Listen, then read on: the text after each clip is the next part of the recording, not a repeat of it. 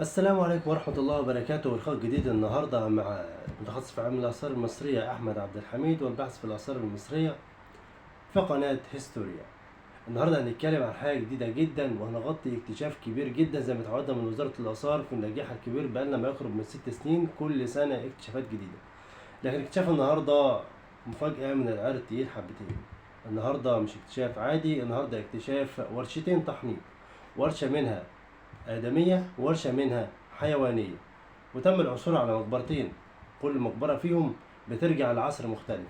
مقبرة منهم ترجع لعصر الأسرة الخامسة، والمقبرة التانية بترجع لعصر الأسرة التمنتاشر، يعني في فرق ما يقرب من 1000 سنة ما بين المقبرتين دول. طب تعالى نتكلم بقى على التفاصيل. تم الاكتشاف النهارده من خلال البعثة المصرية، وده كان في حضور الأستاذ أحمد عيسى وزير الآثار، وكان الاكتشاف بقيادة العالم الأثري الدكتور مصطفى وزيري. الاكتشاف كان عبارة عن مكانين بيتم فيهم عملية التحنيط. طبعا المكان اللي بيتم فيه عملية التحنيط ده ورشتين، الورشتين ورشة منها حيوانية وورشة منها آدمية. الورشة الآدمية دي تم العثور فيها على الكثير من بقايا المواد اللي تم استخدامها في عملية التحنيط، زي ملح النيترون، المواد العضوية، الأدوات اللي تم استخدامها المصري القديم في فتح الجسد وشق الجسد وخروج الكبد والرئتين وخروج المخ من الأنف أو الفم. ده غير ان تم العثور على اواني بقى مادة الراتنج، اللي كان المصري القديم كان بيعمل طبقة من مادة الراتنج على الجسم كله، وده علشان يمنع التفاعل الكيميائي ما بين الجسد والعناصر الخارجية من الطبيعة.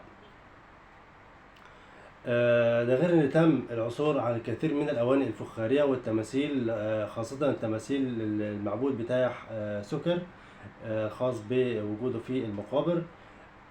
ومشهور القطع الأثرية الخاصة بالمعبود ده في منطقة سقارة في معظم الاكتشافات. منطقة سقارة زاخرة جدا بالآثار، وحتى الآن وبعد كده هتفضل زاخرة بالآثار لحد ما يتم المسح الكامل لمنطقة سقارة، ونوصل لاكتشاف الكامل لمنطقة سقارة، عشان برضو نعرف ان منطقة سقارة مليانة، ولكن في اماكن كتير جدا الوزارة مش قادرة تعمل فيها عمليات تنقيب، وده لان معظم الاماكن الاثرية في سقارة في الجهة الشرقية يعني مش مقابر، عبارة عن منازل او قصور، ولكن احنا برضو ما زلنا متمارسين الحياة اليومية في المنطقة دي، فطبعا احنا مبنيين عليها منازلنا وبيوتنا في المنطقة دي، فما ينفعش نشيل بيوتنا عشان نبحث عن الآثار والقصور والأبنية القديمة اللي بترجع للعصور القديمة، طبعا مما لا نهاية من بداية الأسرات وحتى الأسرة الثلاثين. نرجع تاني لموضوعنا فيما يخص الورشتين. الورشة برضو الآدمية فيها عبارة عن السراير لما تيجي تبص على السراير دي حجرية، بتبص على السراير بتلاقي فيها ميول وفي مزراب في الركن كده، علشان لما يتم تغسيل الموميا أو الجسد الماء بتنزل من خلال المزراب ده على الأرض، بحيث إن الماء متقفش على الأسر. عثر برضو على بعض الأواني الفخارية زي نظام الزلع عندنا، فيها الجبنة الحادقة اللي كانت بتتعمل أيام مصر القديمة، وده من حوالي 2600 سنة قبل ميلاد مصر عرفت الجبنة الحادقة. عثر فيها على أواني كتير جدا فيها قطع من الجبن. الاكتشاف الأثري بتاع السنة دي ده كان منطقة اسمها منطقة البوباستيون، بترجع إلى المعبودة باستت. من جهة تانية تم العثور على ورشة تحنيط الحيوانية، بيتم فيها تحنيط الحيوانات، وده لتقديس الحيوانات طبعا. كتير جدا من الحيوانات المقدسة في مصر القديمة. لما تيجي تبص على سرابيوم سقارة، نرجع بالذاكرة ورا هنتكلم عن سرابيوم سقارة ده تاني في حلقة مفصلة، هتلاقي فيها تحنيط الحيوانات المقدسة زي القرد البابون،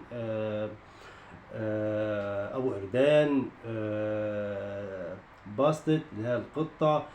كتير جدا من الحيوانات اللي تم تحنيطها في المنطقة في المنطقة. وطبعا معروف من اسمها البوباستيون، ترجع إلى بوباستا أو باستت، المعبودة باستت اللي تم انتشار العبادة بتاعتها بالأخص في محافظة الشرقية. وفي منطقة اسمها منطقة تل باستا بترجع لمركزية وعبادة المعبودة باستت. عثر أيضا على المقبرتين، المقبرة بترجع لعصر الأسرة الخامسة. المقبرة دي فيها مناظر الحياة اليومية اللي كان عايشها صاحب المقبرة. المقبرة دي صاحبها نيحي سود با، بيرجع لعصر الأسرة الخامسة، وله ألقاب كتيرة جدا بيدل على مكانته الاجتماعية، إن هو كان كاهن المعبود حورس والمسؤول عن شق الترع، ومرتل وكاهن مرتل. المقبرة بتاعته عبارة عن مصطبة بقى داخلة لحد ما توصل لغرفة الدفن. إن شاء الله تفاصيل المقبرة الأولى والمقبرة الثانية هنقولها في حلقة تانية إن شاء الله لما نتأكد من المعلومات.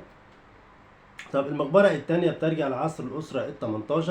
المقبرة ديت مش عبارة عن مصطبة زي ما احنا متعودين، لكنها عبارة عن نقر في الجبل. المقبرة ديت تخص كاهن للمعبودة قادش.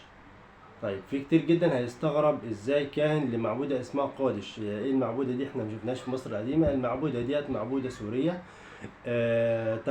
تم استخدامها كمعبودة اكيد من خلال التداول التجاري اللي كان بيحصل في عصر الدولة الحديثة. مصر كانت منفتحة جدا في عصر الدولة الحديثة، فكان بيتم تبادل الديانات وتبادل الخبرات العسكرية والاجتماعية والعادات والتقاليد، ومنها تم حدوث تبادل ما بين في الديانة، وخدنا مثلا منهم معبودات هم خدوا مننا معبودات. على سبيل المثال ان المعبودة ايزيس خرجت من مصر الى الهند في عصر الدولة الحديثة، ولحد الان بيتم عبادتها في الهند. تم العثور برضو في المقبرة دي على بردية، وبعتقد ان البردية دي هيكون فيها جزء من كتاب الموت. المقبرة دي طبعا لما تيجي تبص عن المقارنة ما بين المقبرتين، مقبرة مبنية من المصطبة، ومقبرة عبارة عن نقر في الحجر اللي هو في الصخر.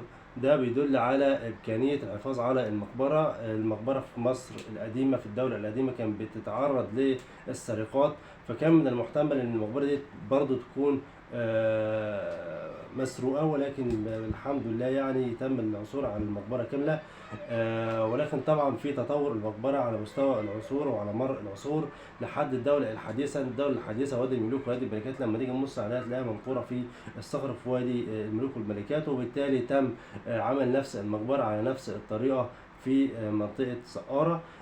ده بعض المعلومات عن اكتشاف سقارة الجديد اللي من خلال 24 ساعة، وإن شاء الله هيكون في لقاء جديد بمعلومات جديدة خاصة بالمقبرتين. هنشوف المناظر اللي كانت موجودة في المقبرتين، النظام الهندسي للمقبرتين، الدخول والخروج والصلاة والنيش الموجودة فيها، والقطع الأثرية الموجودة في المقبرتين. استنونا إن شاء الله في لقاء قادم هنتكلم عن المقبرتين وباقي الاكتشاف الأثري. والسلام عليكم ورحمة الله وبركاته.